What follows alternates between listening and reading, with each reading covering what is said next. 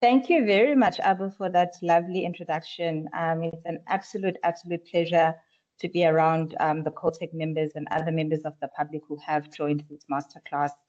As Abu said, my name is Kwezi Fudu-Tsanenda.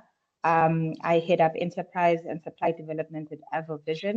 And I'm really excited to be here to share the work that we've done in an effort to try and ensure that poverty becomes a story that later generations see in museums, and they tell a story of something that used to exist and not something that is their current reality. I have prepared a set of slides to speak through today, and we can make those available to anybody who's interested in the slides after the program. And of course, we'll do that through the assistance of Carmen and Abu to get it out. I'm going to get straight into it. I think it would be apt for me to start off with just introducing who Avo is before I get into the rest of what you do. Avo is 30 years old this year. It's a milestone that we're very proud of. And really what we live for is to create social impact and build sustainable communities, or at least contribute to the building of sustainable communities. We do believe that there are two key arms to building sustainable communities. On the one end, it's capacity development. So a lot of that's done through training or facilitated learning. And really at the heart of it is to be able to at least give people information, work with them in solving their own problems, so that people are in a position to be able to make better decisions and live bigger and better lives. And then on the other end is that obviously you can't just give people information, at least or expose them to information. You do need to take into cognizance their socioeconomic needs, their livelihood needs. And we believe that a strong vehicle for being able to do that in the local context is through the establishment or the acceleration of micro and small enterprises, because we do know that they do solve immediate problems in the context that we typically work in the local context. Not only do they solve those problems with localized solutions, but they have the ability to be able to create jobs. And this we've been able to see even in our country, where the amount of jobs and the contribution of small, medium enterprises to job creation is sitting at well beyond 35%. Our focus as Avo is really supporting sectors where we believe that not only are you able to create jobs and livelihoods, but you're also able to solve South Africa's key problems. And that's why we do have a focus on housing, supporting micro enterprises who want to leverage their RDP homes or their four-room homes, or even a house that they have, for the purposes of being able to generate a proper livelihood in a systematic way, treating it as a business. And we're seeing some good success with this, working in the area where Mafube Mines is, where we have established our Umastandi program. We work with social enterprises, ECD centers, we see them as social enterprises as well. And really our key thing is how are they set up in order to ensure their ongoing sustainability. And then, of course, it's issues of environment, where we work quite a bit in through capacity development, as well as establishment of green enterprises, and then programs to try and get people out of unemployment, starting with the level of capacity building into ideation, and then supporting the establishment of small enterprises using that asset-based community development approach, because we do believe that every community has its own assets and talents that allow them to be able to contribute and commercialize solutions for better livelihoods. And then, of course, we do spend quite a bit of our time on financial education. We believe that if you're able to treat the sense well and know how to treat the sense well, it'll be easy for one to be able to unlock rands. And for that purpose, we work with a lot of the financial services organizations in the country, helping people to think differently about their money, think differently about their relationship with money, and try and unlock opportunities that are sustainable in the way that they want to grow their lives and be able to contribute meaningfully to society. And then just quickly from a governance perspective, we are a level 1 triple BE company. As I said, we've been around for 30 years, very excited about our 30th anniversary this year. We're a public benefits organization as well, and majority Black owned. We offer accredited as well as non-accredited training programs across various fields, what I mentioned, as well as a lot more within the accredited training space. And of course, the incubation of micro enterprises as well as small businesses is something we pride ourselves in. What I would like to do as a way of introducing our work is allow you to share the video of one of the entrepreneurs that we support in rural Matatiele in the Eastern Cape. This is a strategic water source area for our country. Most of the water we consume comes from that side, as well as Lesotho. And I hope you can enjoy this video, then we'll be able to talk a lot more about the work that we do.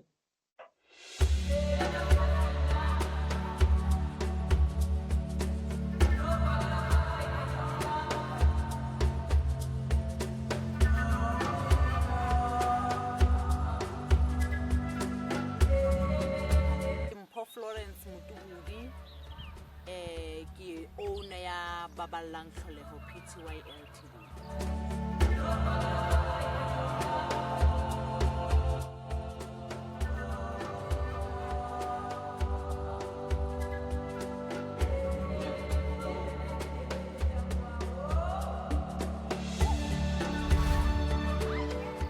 Business ena ke qadile ke na le mabaka nyana a itseng a baleang la pele re ho catchment area and re le ho catchment area ha rena ona metsi ho hang mona ho rona re wa sokola metsi so ha ke tle ho sokola ya msebetsi then ke le ka bona ile opportunity e right hore ke nke ke tswele pele ke etse business ena ha o hla tumana hore nka etsa mashala since ne ke sebetsa ha working for water then re ntse re etsa mara working for water ne re sebetsa neng di fund di fele then ha re etsa in business is better because chelete ane ke rekisitseng then ke tlo khutla ne ke invest business in business e tswele pele e hole hona le difference e kholo haholo e re bonang hore since re sebetsa o ya wa utlwa a ya duma le tla fumana mo re etsa machine teng a sa fele ba dilemong tsa ho feta ana fela metsi ha re etsa washing o fitla o se re tsamaya ho nilwa ka lengope re tlo pudisetsa monana bona hore ha sana le matla a o ya tla sempane ngona tje selemong sena since re qadile because re qadile ho clear re shaka May 27 tsa May since re qadile metsi ha ka ba fela ho hane le sena le ntse re etsa washing ka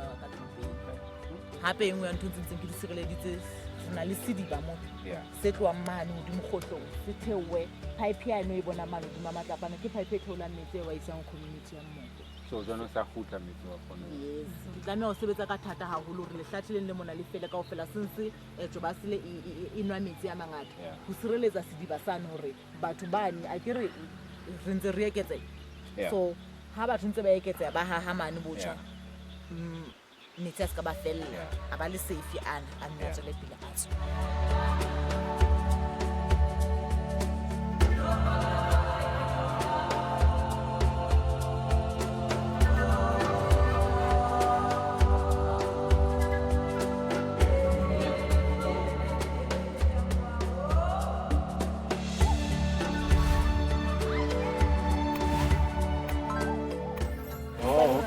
wa bona o hahetse mona ba chikile he mona ba tsefile o sheka mona le man ba chikile ba fumana le then ba khona tsalata tsa mona ha ba tsefile ba ala ke ka reng ko bo bona ba ala yona tse ana tswa ka pipe again in chamber a tswa a e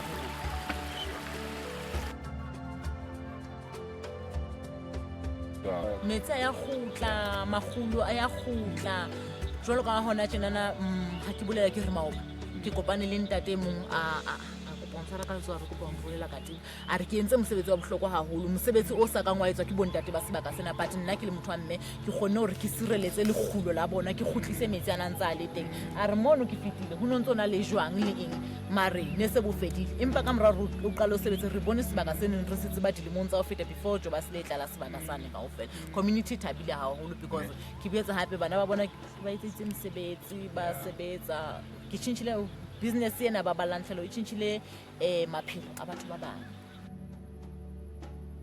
So that was Paul. She's based in Matatiele, expressing how the work that she's doing in the sustainable clearing of alien invasive species in that area, the wattle trees, has actually brought water back into people's homes. Because the context there is that some years ago, clearing work had happened, but then the alien invasive species came back. And so while people enjoyed water in their homes for a short period of time, and in the rural context, having water, a tap in your yard is really big.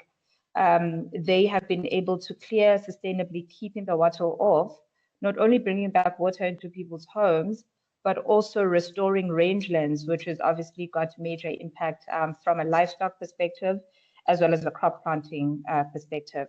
So the reason we have this conversation and its relevance for the mining sector is that we all know that in areas that are labor sending to the mines or in close proximity to mines, the expectation or what people wish is that they can get a job in their mine, because a lot of times people see this as their only way out of poverty. It's the only way towards being able to fend for their families.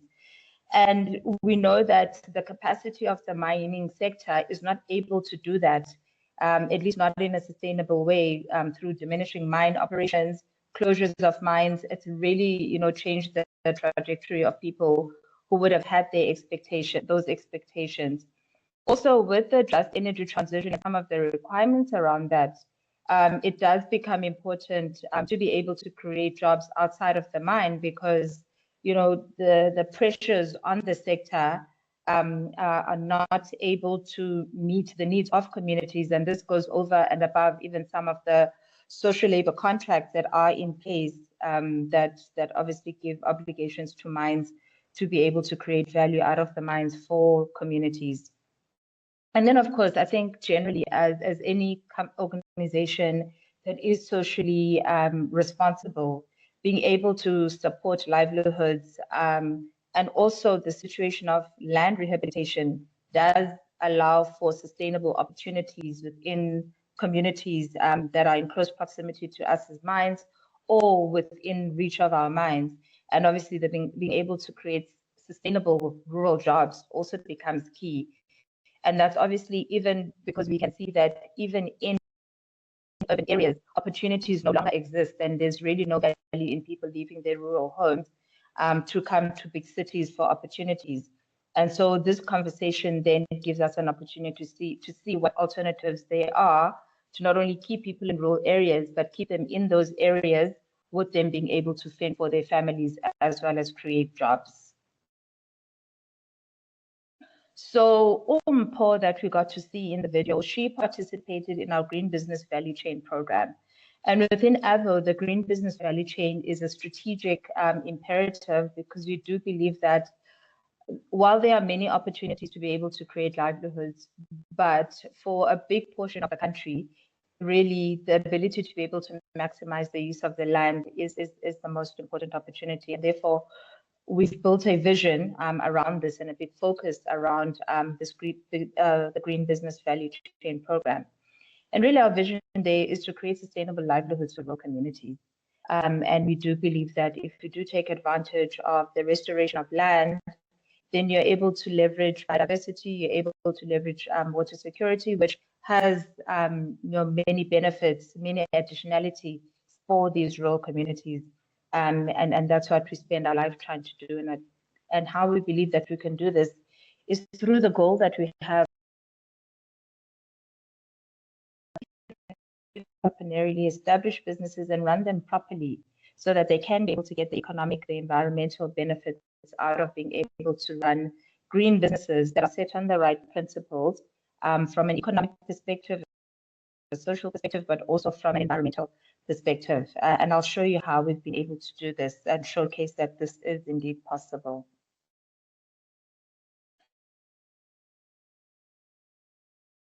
I mean, we know that Valley has resources, particularly out of large urban areas.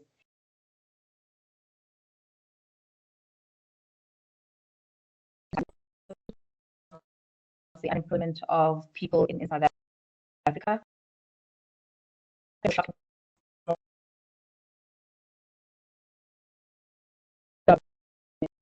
And then, of course, we know that we sit in a country that suffers from alien and invasive species, and even our indigenous species, a lot of them are encroaching, they're quite invasive. And really what this does is diminish value, diminish the amount of available land over and above the ecological pressures that they put on landscapes. So we know the effect of invasive species on water security, biological diversity, biodiversity, but there are also key risks like the wildfires and issues of soil erosion, and we know that these create down the line negative impacts on ecosystems and communities and forests, and therefore limits the ability to be able to leverage land adequately, particularly in a sustainable manner.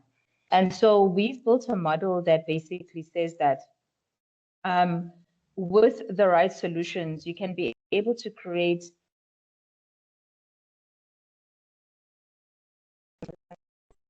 small businesses that are creating values. We can create sustainable economic development through these green interventions, supporting the right people with the right skills, and the development of enterprises, and then ensuring that, you're creating and developing local labor markets through these improved opportunities. What does become key is that, if opportunities are sitting in a micro context, they can end. And therefore, it is important that the solutions can be scalable. The model will show that. And of course, one of the key outcomes is the sustainable socioeconomic development requirements that most communities look for, seek, and they actually do need. And this is really what the model is. So if you forget anything else that I say today, this is the one key slide that you need to remember. And really what the model says is that if people can beneficiate biomass, so this is in areas of indigenous species that are encroaching, they do not clear entire areas, but they thin areas according to the laws of the country, so that you have restoration happening. In the context of alien species that are encroaching or invasive, you'd be clearing entire areas as part of the environmental restoration that one is looking for. And there's rehabilitation that happens as part of that restoration process as well. What you are doing is then you are unlocking opportunities. So the beneficiation of biomass, the key thing there is to ensure that you're able to create commercial value for the enterprise out of the beneficiation of the biomass, which then allows them to be able to sustain the restoration activity. What that unlocks is agriculture in the rural context. And there can be other value chains that can be unlocked. But the model that we've been focusing on is one that says, well, if you make the land usable, take land to its original form, what you can be able to unlock is opportunities for agriculture. And I'll show you a case study of doing this in the context of crop planting as well as livestock. And one of the key focus, at least biases that we have as an entity, is that we focus on regenerative agriculture, because we believe that that's how the land will continue to serve for generations, because you're not taking anything away from the land, but using the land in a symbiotic manner. What that creates the opportunity is the aggregation. Now, if you look at rural communities, if you have a whole bunch of micro enterprises, firstly doing different things, it is difficult for them to export value, and the local market becomes what they're able to access. Just from the perspective of volume and being able to export volume, that makes sense, because you do have issues of, for example, logistics costs that can put a lot of pressure. However, when you have people doing the same or similar products, then you're able to aggregate them, and then you're able to export value. But what that aggregation does is it creates the opportunity for local manufacturing. As you either are packing or even beneficiating further, it creates the opportunity for manufacturing. And then out of that, we're able to then also look at carbon sequestration. So the rehabilitation work, in terms of managing alien invasive species, improving soils, bringing back biodiversity, the management of animals in a responsible manner, crop planting, all of those activities bring back carbon into the area, and you're able to package that and calculate it. And we've just gone through a phase of being able to package the value of some of our work, which I'll share in the case study. But essentially, this is the model. What we're saying is alien and invasive species are a nuisance in society. They are a nuisance to our ecology. And if you're able to take that nuisance and make value from it, from being able to beneficiate it, but doing it in a responsible manner that actually takes the land back to its original form or makes it even better through the restoration. That then allows the unlocking of additional value chains through crop as well as livestock. And of course, that then allows for this commercial activity to be packaged well through localized aggregation or manufacturing opportunities, and then down the line dividends in terms of carbon sequestration.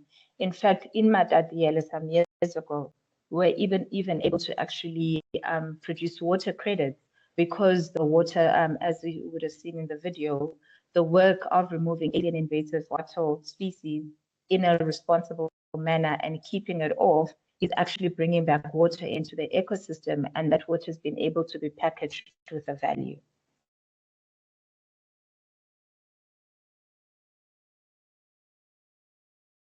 So this is essentially breaking it down, is that the model that we are rolling out in several communities says that, well, if you catalyze demand for the for biomass, you then catalyze a strong biomass economy in that way. And so, for example, when we take people who take the biomass and beneficiate it, then they need to actually get the biomass out, which means that they accelerate the rate at which they are clearing trees or thinning down the trees that need to be off the earth. And then what we found is that you can have projects that go into communities and clear.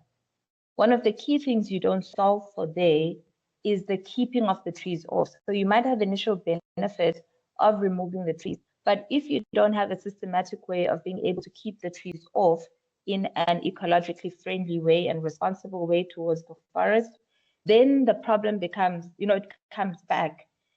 However, if you're doing this in the context of SMMEs, an SMME who needs to develop a product that is reliant on the biomass, then is invested in ensuring that that doesn't come back, because the benefits are lost. But most importantly, because we always get asked the question of, well, if this biomass runs out one day, then these guys won't have businesses. And the simple solution response to that is that one is the amount of alien invasive species available in the country don't stop growing just because some are being cut. You need to cut at a much faster rate than what the growth is. The second thing is that if you're teaching people entrepreneurship, as they cut down these trees and bring back other value chains, they leverage these other value chains because that provides growth and development, not only for themselves, but also for the communities they live in. So for example, if you are clearing a rangeland and bringing a rangeland back and the community's livestock is able to graze on that, that is additional value to the community that will have other ripple effects. So this has to be done within the context of developing SMMEs as we're developing these value chains, because that allows us to have sustainable growth and solutions. What does become important, though, is that there is a role to be played by different players. So in the past, and what we see in a lot of communities, is that people will watch these species over decades and say, oh, that used to be my family's rangeland. And they're waiting for government to come and solve it. Government doesn't have the capacity to solve this on their own. They need communities to be a part of this, but also the private sector has a role to play in this, because one is you have a lot of private sector players who are part of the problem in terms of some of the timber that gets produced, which has a big impact on the environment. But also, the private sector has also got a role to play in terms of alleviating some of the macroeconomic issues that we have if they are themselves to thrive. And I think more than not, we're seeing that, and corporates are seeing as well, that you cannot remove your own operations from the economic and, from the social and environmental issues in society. They all have to work together if you're supposed to see sustainable growth for yourself as well. And so we do think that this problem is a problem that does require community at large to work on it, but most importantly, there's a role for government to be played and public institutions, as well as a role for the private sector to play in making this. So in making this work, you do need all the parties to come together to work together. And really what we will be able to see as we work, and we have been able to see some aspects or at least evidence of this, is that water security is restored, as you would have seen in the video from Madadiele. Issues of biodiversity restoration are key. And of course, the reduction of fire hazards, as we know, that happens when ecosystems are not healthy or not treated well, or you have these invasive species growing too much. And really, this is the initial part of the model. So this green business value chain model, it is structured in this way, and these are the initial investments that we put into it. The key thing is that you do need to work in an area where there is sufficient feedstock. So if we're making biomass products, then you do need to work in an area where the feedstock is available. You do need to build the capacity of small, medium enterprises. And so from this perspective, we're speaking about the importance of training people in the ability to be able to work the land well, in the ability to be able to create products efficiently, but also business acumen, because this is usually one of the key things that we struggle with. And so the one aspect is training, but you also have to provide ongoing support through mentorship and coaching.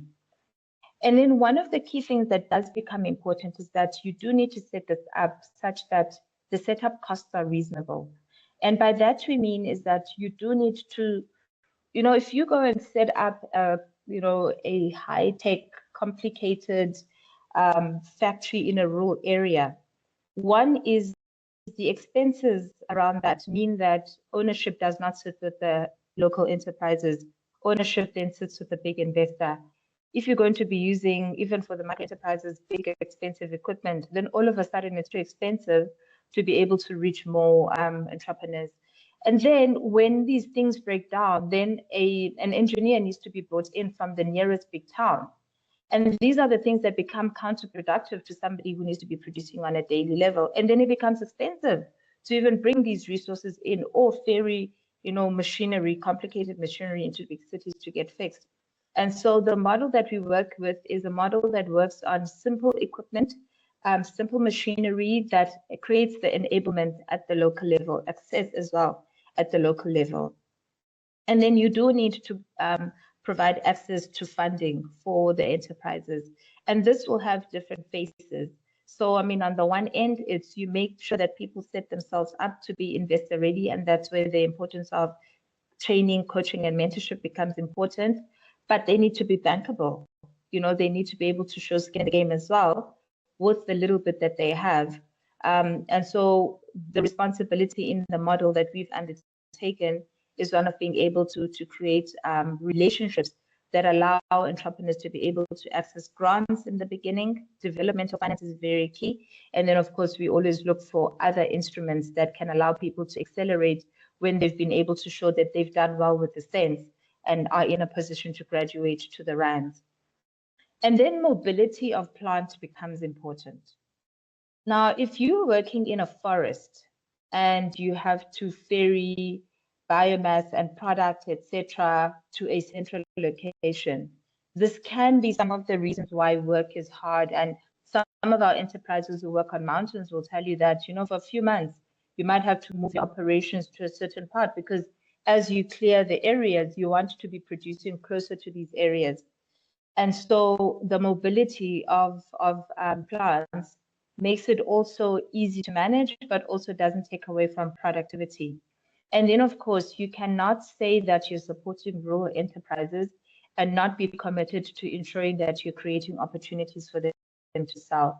So the model does get into relationships where it actually supports the establishment of offtake agreements and guaranteed sales. Because what we have seen is that, if you take people who haven't had much business exposure, whose command of the English language might not be that great, they don't negotiate themselves well. They get themselves into difficult situations. They sometimes can't identify a good from a bad deal. And so we've taken on that responsibility of being able to negotiate deals for them. And so as they aggregate, we are negotiating deals for the aggregated produce instead of individual entrepreneurs. And what this does is allow people to focus on what they're good at, which is creating products, and then they know that they've got a guaranteed place to sell at. And this doesn't stop people from being able to sell locally. So they know that for bulk sales, they sell through the off-taker. They still have other smaller deals that they negotiate to be able to get their product out, because one of the key things that does become important for any business, but particularly for a small business, is the ability to have cash, because if you don't have cash flow, it messes up with your operations. And so out of this business in a box that we have designed, what we have been able to do is establish 20 to 25 green enterprises in our locality. We do work in cohorts because that's how you're able to get economies of scale, but also from being able to get people to aggregate. If they are in close proximity to each other, they're able to not only rally themselves to do well, but you can aggregate a lot easier, and collections can be at closer level. Typically, these enterprises create between 7 and 10 jobs. So Umpho that we spoke, she had 6 jobs at the time. I think at the moment she employs around 11 people. And so this is just testament to her business growing. But this does create sustainable jobs for the enterprises. And with the small businesses that we started, so some of them are starting at around just having 2 chainsaws in a business. And this has them clearing about 1.5 hectares a month. And that also links to the ecological benefits that we see afterwards, which would include water, biodiversity, as well as rangeland restoration. And the rangeland restoration, the restoration of hectares of land is then what unlocks the regenerative crop farming, as well as the management of grazing lands and management of livestock, to ensure that the gains from the work done by the teams that are clearing biomass, beneficiating it, and restoring land are not lost. And what we've been able to achieve and can show is that in the areas that we work in, there's been improved livelihoods through the jobs that have been created and people being able to earn income, both as businesses, but also as individuals that are employed in these businesses. And one doesn't want to lose is that, you know, the local guy who has a small truck or a bakkie is then also able to earn some money, because these guys, when they're selling or moving product from site to their storage, they would employ the local guys that are, you know, for example, for transport. So you then see other value chains being unlocked in the local areas. But the water restoration is something that we do witness. The biodiversity restoration has been something that we do witness. In a reserve in the Eastern Cape in Matatiele, one of the things that was reported was that this is the removal of wattle in that particular reserve was able to actually improve demand for the reserve, because all of a sudden there's a lot more biodiversity to be seen and a lot more to be enjoyed, because now the areas where the clearing had happened opened up the reserve to be able to show a lot more of what it has. So clearing in the right areas in the right way is also able to improve tourism and of course the livestock economy as well as crop production. So this is a benefit that we were able to witness in the Eastern Cape, where people that had gone through the program had started producing charcoal as well as biochar. A lot of them focus a lot more on the green artisanal charcoal as well as firewood as value chains that they explore. I'll show you some of the other products that some of our rural enterprises are actually working on, including healing oils from wattle species. What has come out of this area is that there's been a cadre of what we call ecocrats. And these are really young people that have been trained in how to look after ecosystems and monitor ecosystems and almost be the foot soldiers who are holding everybody else accountable for ensuring that there's no dumping in the streams and all the springs that are coming out as a result of clearing, no dumping in the forest, and just people are treating the forest well, community members are treating the forest well. What has also been beautiful is that typically such areas would also, I mean, this particular area, which is a strategic water source area, it is attractive to researchers because they want to come and see what's happening. And it actually created a whole boom around not only ecotourism, but also homestays in terms of people coming and actually staying in the village. And in fact, one of the entrepreneurs created a small business almost getting like a similar thing to Airbnb happening in the rural areas, where she would coordinate these researchers coming to stay in the area. Beauty here is that the homeowners who would typically have a room or an extra hut that's not being used have been able to earn additional income from this. And then, of course, in this particular area, another partner came and started supporting people in how to take care of the animals well, but also in a way that doesn't lose the gains from the clearing work that has happened. And so these are some of the immediate benefits that one is able to experience from this work that we do in the area. And then, of course, we spoke earlier to the opportunities around carbon sequestration. This work does bring back carbon back into the earth, and when packaged properly, it can be packaged as commercializable assets for biodiversity credits, carbon, water, soil credits, as well as recreational tourism credits. We have experimented with water credits. So because the guys work according to FSC certifications, because that's how we're able to make sure that people are clearing in a responsible and sustainable manner. Forestry Stewardship Council, which the guys work under, ensures that not only are you responsible for the area that you worked in to ensure that there's no deforestation, that the species don't come back, but you need to make sure that the rehabilitation or restoration happens. And this is what is entrenched in the way that the guys work.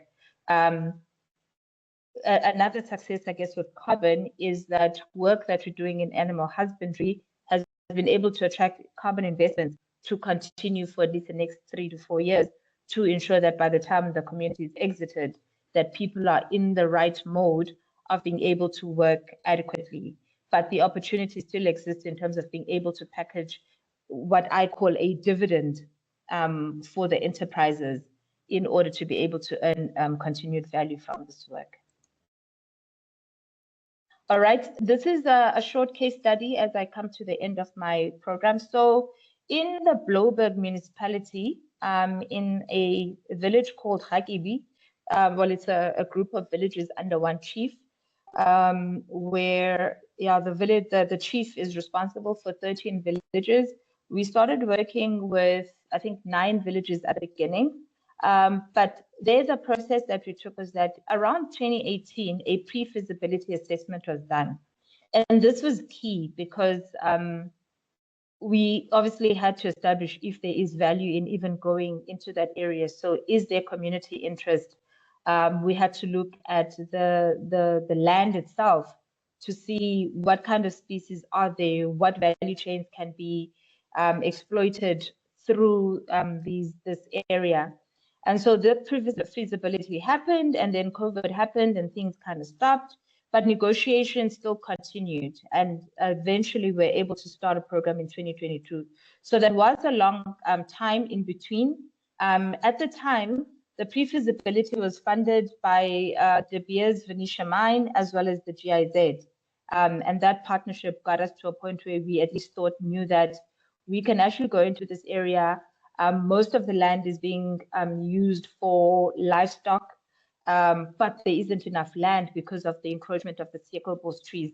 And these are the key things that we learned, but we also learned that these trees would be great for doing animal feed as well as being able to make charcoal and firewood. And those were the initial value chains that we looked at. And then we started in July. So we recruited enterprises and then started this program of land restoration and beneficiation of biomass. We established 25 entrepreneurs in that area who were creating charcoal, green artisanal charcoal from biomass. We never got the animal feed going. It's still something that we haven't lost, particularly because there's a lot of livestock in that area, and a lot of them also sell firewood. But the key thing is that we took these people through the business in a box, so they've been trained, they've been certified because they do need to work legally. They've had business training, coaching, mentorship, and we still continue to support them even now. They started working on site in September 2023. So for us, it's key to have that establishment phase done well. Typically, people want to start a program and start getting money to do work immediately. We make you earn the money to do the work because as local enterprises, because we do need to see commitment to the investment. That then evolved into grass coming back in areas that were totally degraded. Because bush was being thinned, areas that livestock couldn't walk around in because there was so much encroachment, and the densities were just, too bad for animals to come through, started opening up. And all of a sudden, local weed and plant species started coming back, local grass started coming back. And this was key. And the community came to us and said, please, we've never seen grass like this. I mean, to see an old man saying, I haven't seen grass like this since I was a child, was quite emotional. But people said, we don't want to lose these gains. And so it forced us to then quickly start to our regenerative program. And our agri-regen program has two arms. It's the livestock. So we've got more than 250 farmers who represent 5 associations. And these associations are created on the basis of groups of farmers whose animals all graze in common area, because you are using communal land. You cannot work with individual farmers. You need to work with people as a group based on the areas where they graze and the types of livestock that they are grazing. So we're working there with 5 livestock associations. 13 were invited. 5 organized themselves and started with us. We now have another 7 saying they wanted to come on board. And we've got 23 enterprises that have started planting crops. 8 of them are doing potato because that area is really great for potato. And so there were individual assessments done of these crop farmers to determine which crops are best for their areas and what they're ready for. And we should see some of the first harvests towards the end of April into May, and we are aggregating their sales. And what is key is that when we do these programs, we first start with the market. So what market is available for what products? And then we try and see how is it that we can incorporate the product into the different, through the different farmers, based on a certainty around the fact that whatever it is that they produce has a market for them, that the souls are good for those products, and that's how you bring that together. And the results that we've been able to present is that 18 of the 24 restoration businesses that we started with still continue to work. And when I talk to the restoration businesses, these are people who are creating artisanal charcoal, selling it, and then making money that allows them to continue restoring the land that they're working on, that has been allocated to them by the chief. We've created 86 restoration champs, and these are people that have learned deep skills in restoring landscapes. And so they are applying various restoration strategies. They are entrenched in these teams. So these 18 businesses, the 86 people represent employees in these businesses. And these are people with deep skills in how to restore land. And really the opportunity there, and something we always tell our enterprises, is that the skill that now sits in your business is a skill that you can go to a local farmer and say, you have a responsibility to ensure that you are managing your land. You are removing any alien species on your land, especially the encroaching ones, and that you don't have invaders.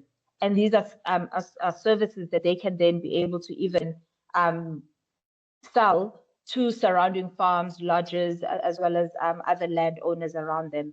We've cleared over 540 hectares since September 2023. And of course, we've got 23 farmers that continue to work.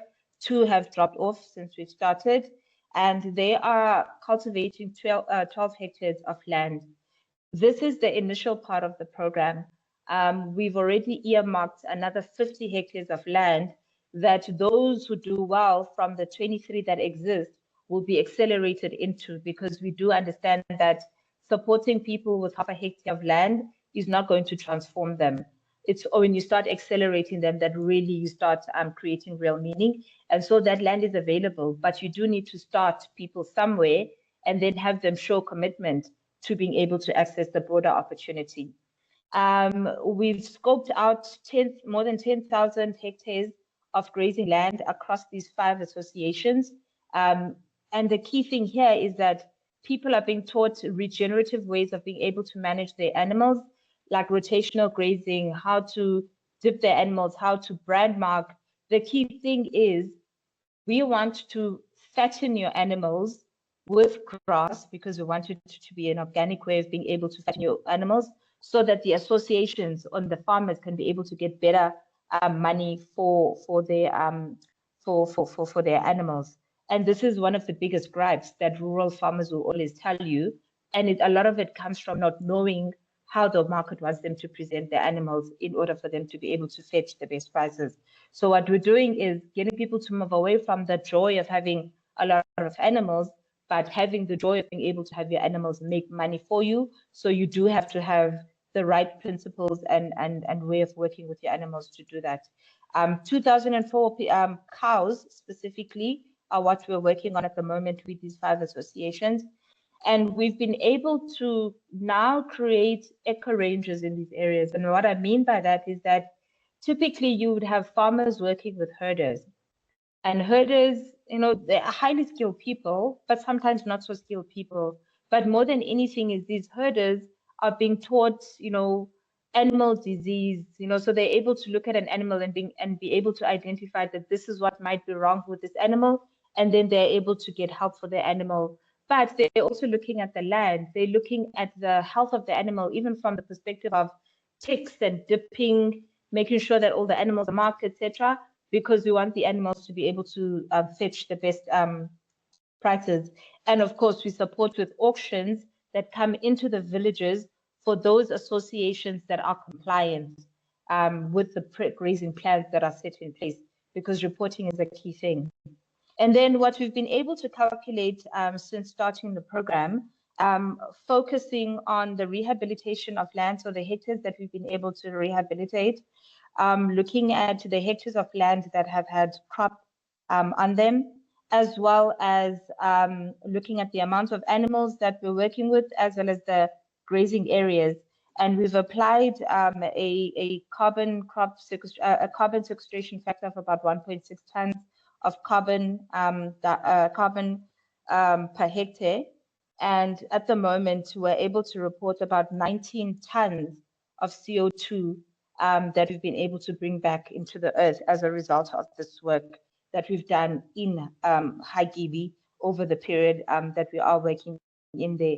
This is an ongoing program, so we continue to support the restoration businesses that are beneficiating biomass, our regenerative agriculture, both in the crop as well as animal. We support the livestock associations to set the governance in order, as well as monitor it on an ongoing basis, as well as continually capacitating the eco rangers to ensure that as custodians of and employees of the associations, that they are doing the right things to ensure that they can be able to unlock continued benefits for the associations as well as the community broadly.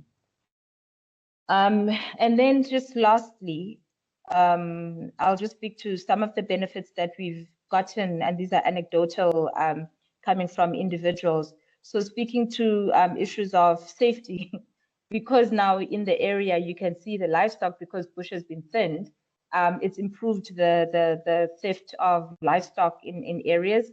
We've seen people indicating that, feed, this is a major issue, being able to buy animal feed. People are either renting space in private farms to be able to ensure that the animals can eat.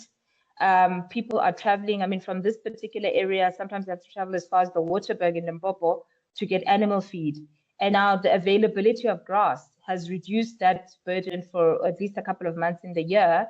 And as clearing continues and rehabilitation happens, that becomes less and less of an issue.